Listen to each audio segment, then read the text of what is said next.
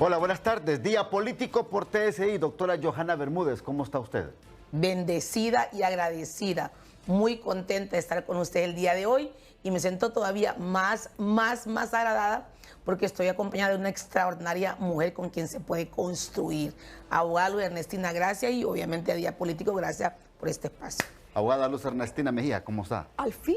Por fin. Queriendo hace tiempo de estar aquí y en compañía tan grata, una verdadera demócrata, una defensora de la democracia, como ha mostrado ser la doctora Bermúdez. Así que aquí estamos a sus órdenes desde ese Congreso Nacional en que precisamente lo que buscamos es construir para bien de nuestro país. Hábleme de las reformas electorales que anunció Tomás Zambrano, presidente del Legislativo. Puede ser en los próximos días, puede ser esta semana, puede ser hoy.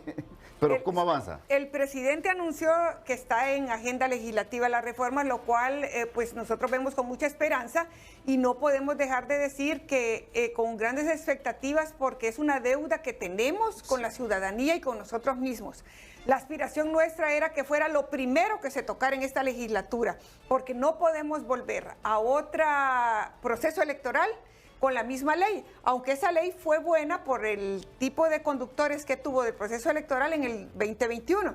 Sin embargo, en estas últimas elecciones pudimos ver que adolecía de ciertos vacíos que permitieron que una persona confundida, siguiendo instrucciones de mentes también confundidas como es la del presidente Zelaya, pues evitara y casi lograra el sabotaje del proceso electoral. Logró paralizar durante mucho tiempo, hasta el punto de que casi destruyó el proceso electoral, y eso es algo que no puede volver a suceder. Esa es una de las situaciones que se están viendo en la nueva ley electoral que se dará, pero por supuesto se tiene que atender también otras que hemos demandado desde la sociedad civil organizada y ahora como diputadas, como la segunda vuelta, la ciudadanización de las mesas, inclusive en los distritos electorales que tanto hemos añorado, y otros que den como resultado un proceso electoral confiable.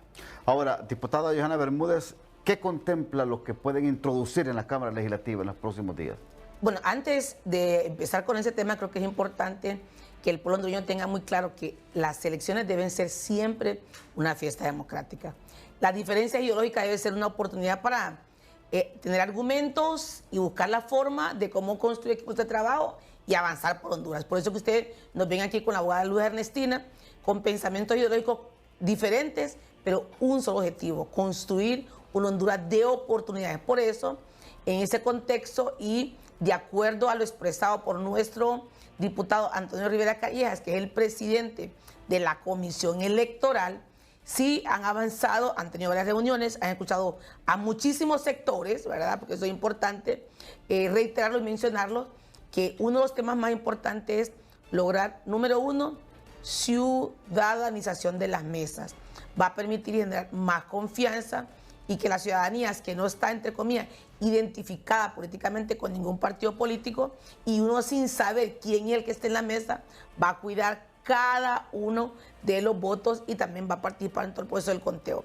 También hay un tema que nos interesa también, que lo hemos dicho mucho con Antonio Rivera Callejas, es el tema de la participación de paridad y alternancia para las mujeres en un eje transversal y un eje vertical.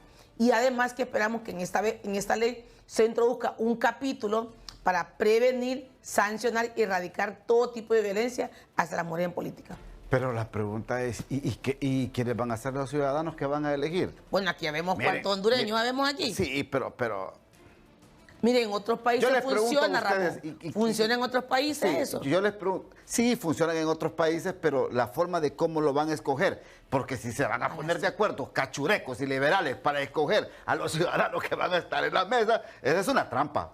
Mire, eso es un proceso al azar.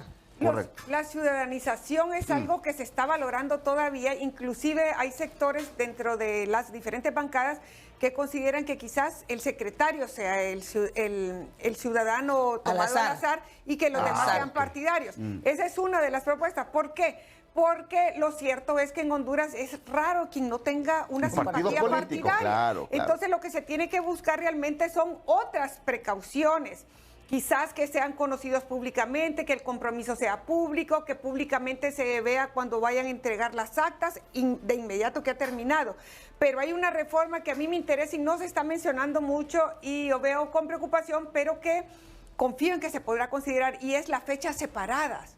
Que los diputados sean electos en fechas separadas del presidente y de los alcaldes. Es difícil que las tres sean separadas, pero eso generaría todavía mayor compromiso y mayor actividad. Y para eso se verían diferentes cosas, diferentes aspectos. Hay unos que hablan mucho de lo caro que es, pero la democracia es cara y lo importante es asegurar que a quienes elijamos sean los que asuman los cargos, porque a veces hay cuestionamientos a eso. ¿Usted está de acuerdo con la segunda vuelta? Yo estoy de acuerdo con la segunda vuelta. Bueno, entonces, ¿cómo, abogada? Usted dice que mucho, ¿no? Porque todo ¿Cómo eso, le vamos a seguir? Le vamos a seguir? Discúlpeme la expresión, porque así somos los hondureños para hablar, pero ¿cómo le vamos a seguir metiendo más pisto? Usted dice que hay que separar elecciones para diputados. Ahí hay pistos que hay que pagar. Escoger en las internas que hay que pagar a los partidos políticos, también pisto que pagar. Licenciado, elecciones generales y una segunda vuelta, 4. Estamos viendo esos dineros, pero usted ha visto cómo se gasta a través de las administraciones en diferentes gobiernos en cosas que no son meritorias, entonces realmente podemos administrar bien, si hay voluntad, se administra bien y dinero hay para hacer todo lo que signifique fortalecimiento democrático. Ahora, la segunda vuelta es un tema que hay que verlo con mucha cautela. No solamente desde el punto de vista financiero, sino que también lo que andaban buscando es que en la segunda vuelta se pueda construir un gobierno gobernable, con mucha gobernabilidad y aumente de confianza. Pero fíjese que a raíz de eso nos hemos puesto a revisar la experiencia que han tenido algunos países de la región. Vea usted Colombia, vea usted Perú. En ambos países hubieron segunda vuelta. La diferencia es menos del 5%. Y la credibilidad, la confianza, la gobernanza, el gobierno es casi igual como que si hubiesen llevado a cabo las elecciones sin la segunda vuelta. Entonces, en un país como el nuestro, tan pobre, con tantas dificultades económicas, en salud, en infraestructura, en educación, despilfarrar tanto dinero para que al final terminemos igual de divididos, igual de polarizados, etcétera. Entonces sí creo yo que es sumamente importante analizar muy bien el contexto de la confianza, la credibilidad que le puede agradar la segunda vuelta al gobierno. Interpreto que a ustedes los nacionalistas no les interesa la segunda vuelta. No, mire, está como tema, no les interesa. Está como tema dentro de la agenda de la reforma electoral, y creo que la abogada también lo menciona muy bien, pero insistimos, ¿cuál es el objetivo de querer buscar la segunda vuelta en el país? Uno dice, bueno, necesitamos un gobierno que tenga mayor confianza de la ciudadanía y mayor gobernanza y gobernabilidad, que pueda alcanzar arriba del 40% de aceptación. Sin embargo, usted ve esos países, ve a Perú, ¿cuánto costó Perú? Ve ahorita Colombia. Entonces, todavía creo que necesitamos entrar un poco más de educación democrática antes de emerger la segunda vuelta. Abogada. Son análisis que se están dando. Vamos a ver qué nos presenta la Comisión de Reformas Electorales encabezada por el diputado Rivera Callejas. Han trabajado ahí miembros de todas las bancadas y vamos a ver esos análisis, porque lo que sí estamos dispuestos es a ver con gran apertura y compromiso patrio todo lo que son estas reformas. Tienen que darse reformas electorales, tenemos que asegurar procesos electorales confiables y que no puedan estar amenazados por caprichos de una persona ni de nadie. Entonces, eso es lo que estamos pendientes de hacer. Yo reitero, me encantaría, pienso que sería positivo que hubiera elecciones separadas, ha sido uno de los anhelos de sociedad civil organizada. Por supuesto, la segunda vuelta, nosotros les vemos también ventajas y por supuesto será producto del análisis que terminemos haciendo ya en el Pleno, una vez presentados todo este mismo análisis por la Comisión de Reformas Electorales. Pero sea cual sea los acuerdos que alcancemos, lo más importante es que en las próximas elecciones nos permita salir unidos, más unidos, reconciliados, ¿verdad? Y no más divididos, polarizados. Me tengo que ir a la primera pausa en el Día Político por TSI y ya regreso.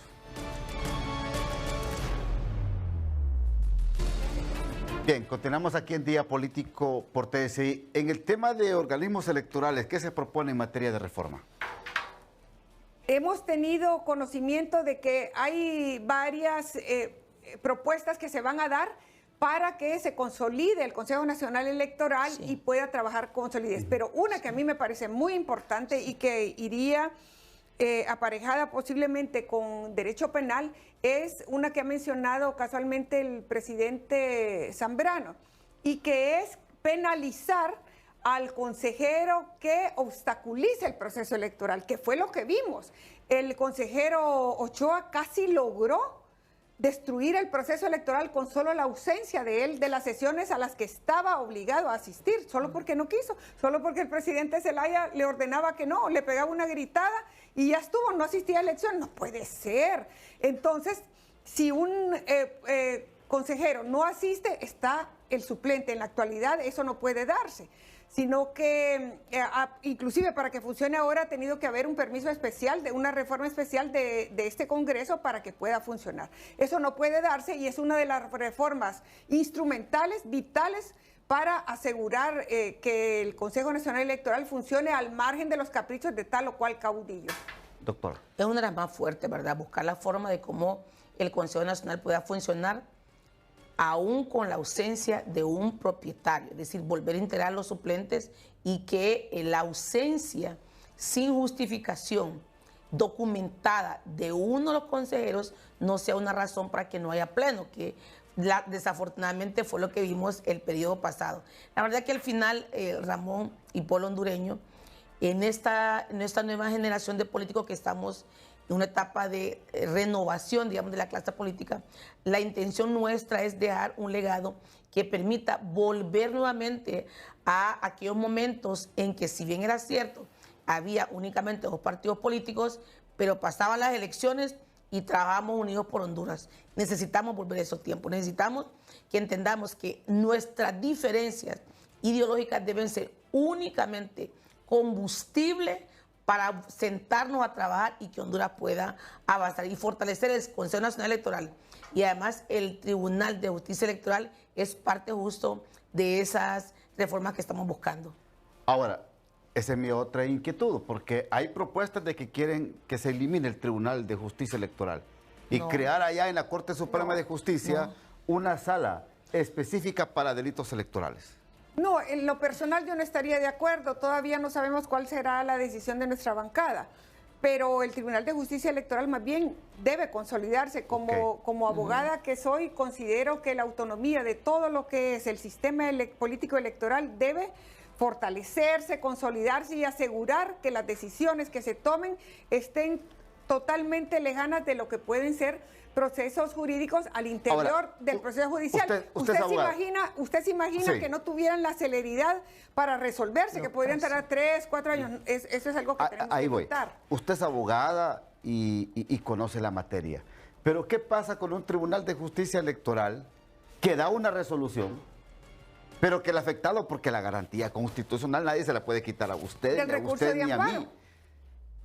Y hay que ir a la Corte Suprema de Justicia a poder resolver una situación que se dé por algún delito electoral. Entonces, ¿se podrán reformar estos alcances, creen ustedes, del tribunal y dejar como última instancia el Tribunal de Justicia Electoral o seguir este camino judicial hasta la sala constitucional? Todo eso se está sopesando, siempre y cuando lograr que no se vayan a conculcar derechos ya adquiridos y que por supuesto no se vaya tampoco a distorsionar lo que es la función de la justicia, tanto electoral como general, que es preservar los derechos de la persona humana. Eso se está viendo, no es fácil, usted mismo lo ha podido vislumbrar, no es fácil, pero tendrá que verse porque definitivamente la justicia electoral debe ser cuidada porque reviste de características muy especiales, como es elegir a quienes conducen la nación durante ese periodo, sea 4 años o fuera 5 en caso de un Congreso Nacional. Pero en el contexto de todo, doctora, lo que más nos interesa es fortalecer el Consejo Nacional de Justicia Electoral, no desaparecerlo. No es debilitarlo. Miren el camino. Da una resolución al Consejo Nacional Electoral. Va al Tribunal de Justicia Electoral. Va a la Corte Suprema de Justicia. Y si el camino es politizado, amigo y amiga televidente, el recurrente ¿a dónde más va a llegar? Entonces, yo veo que hay tanta dilatoria, y estas dilatorias son los que ponen en peligro la democracia del país, doctora Johanna Bermúdez. Pero imagínese usted como participante, como candidato no tuviese usted una instancia inmediata para que le resuelvan cualquier delito electoral al que usted ha sido víctima o objeto, y se lo dejara únicamente la Corte Suprema de Justicia. Entonces, sí creo yo que es, de hecho, la voluntad en este momento de la comisión, de la mayoría de los compañeros, es fortalecer, como ya identificamos qué debilidades pueda tener el Consejo Nacional, el Tribunal de Justicia Electoral. La intención es fortalecerlo para garantizar la impartición de justicia electoral, pero no desaparecerlo. Y obviamente la Corte Suprema de Justicia es la única que puede interpretar la Constitución, y al final cualquier caso que usted tenga en cualquier nivel siempre llega a la Corte, pero necesita tener usted una primera instancia que sea donde usted debe recurrir cuando ha sido objeto de cualquier delito, pero por eso, en este caso electoral. Por eso es que proponen algunos expertos. La Eliminemos el Tribunal de Justicia Electoral, instalemos una sala de asuntos electorales en el Poder Judicial, ahorramos alto costo operativo, ahorramos alto costo de pagar empleados públicos y ahorramos un camino judicial que se vuelve lento, tedioso para aquel candidato o candidata que fue afectado en una resolución primaria. En la democracia y en la justicia no hay que escatimar recursos. Donde tenemos que ver es donde hay esas fugas, y no solo de mala administración, sino también de corrupción que ha habido a través del tiempo, no solo en los gobiernos, en los tres poderes del Estado. Entonces eso es lo que tenemos que evitar, y en eso tendríamos que enfocarnos más. La justicia y la democracia deben tener el costo que meriten. Porque la libertad no tiene precio, y la verdad es que la libertad depende mucho de cómo se imparte, cómo se distribuye, cómo se gestiona la democracia y cómo se imparte la justicia. Y yo sé, van a decir mis amigos televidentes, ¿qué insiste Ramón? Pero es que miren, estar gastando y gastando y gastando en cosas, por ejemplo, estarles pagando a los partidos políticos las elecciones primarias, yo insisto. Los partidos políticos deben de pagar sus propias elecciones, hombre. Mire, esos son riesgos, se han analizado mucho eso, pero son riesgos. Es más, ¿sabe qué creo yo? Que máxima hora que quieren segunda vuelta.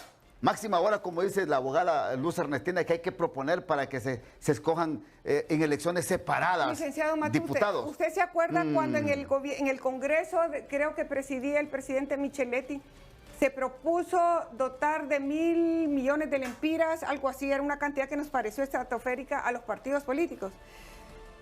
El hecho de que quedara en manos únicamente de financistas privados reviste otros riesgos terribles, como la infiltración del crimen organizado. Es ahí donde más bien tendríamos que enfocar nuestros esfuerzos a dotar de todos los recursos a la unidad de política limpia para evitar eso. Yo era de la opinión, voy a decir un sacrilegio para algunos, que las elecciones primarias, contando con una fiscalización correcta, fueran financiadas únicamente por el Estado, que no hubieran filtraciones privadas de dinero para no caer en lo que hemos caído, porque no podemos negar que intereses ajenos a Honduras, no solo criminalidad organizada, intereses económicos y otros, están permeando lo que es las decisiones gubernamentales, no en este gobierno, en todos y en otros peor, porque hemos visto los vínculos con el narcotráfico del gobierno anterior, que no puede negarse.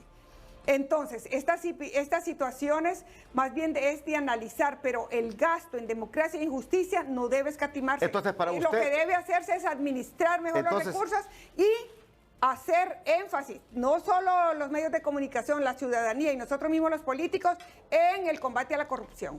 Mire lo que dice la abogada. Propone entonces que sea el gobierno quien pague y que no pero y que bien se evite y bien vigilado. Y que se evite por todos lados que aquel candidato que aspira a un cargo de elección popular pueda tener ingreso en primaria, me está diciendo usted, ingreso de algún tipo de origen ilícito. Perdón, previo. Mire, licenciado, eso de la financiamiento es terrible. A mí en lo personal le pedí a 3 amigos cercanos apoyo. Uno me dio un poquito y los otros no me dieron.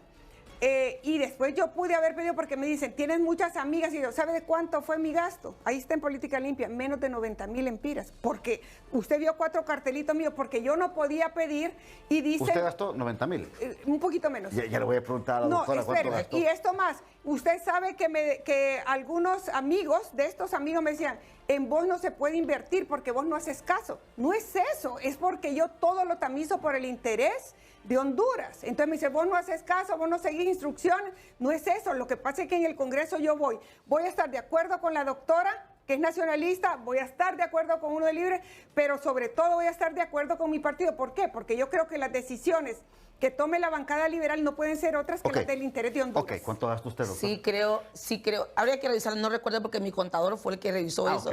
Y está todo registrado en Política Limpia, que por cierto mi contador es mi hermano, ¿verdad? Porque igual como dice la licenciada Luis Ernestina, el tema es que si nosotros lo dejásemos que el Estado financie las elecciones primarias, hubiese más justicia partidaria, porque yo siempre digo, no me voy a comparar con fulano de tal que tapizó toda la ciudad, ¿verdad?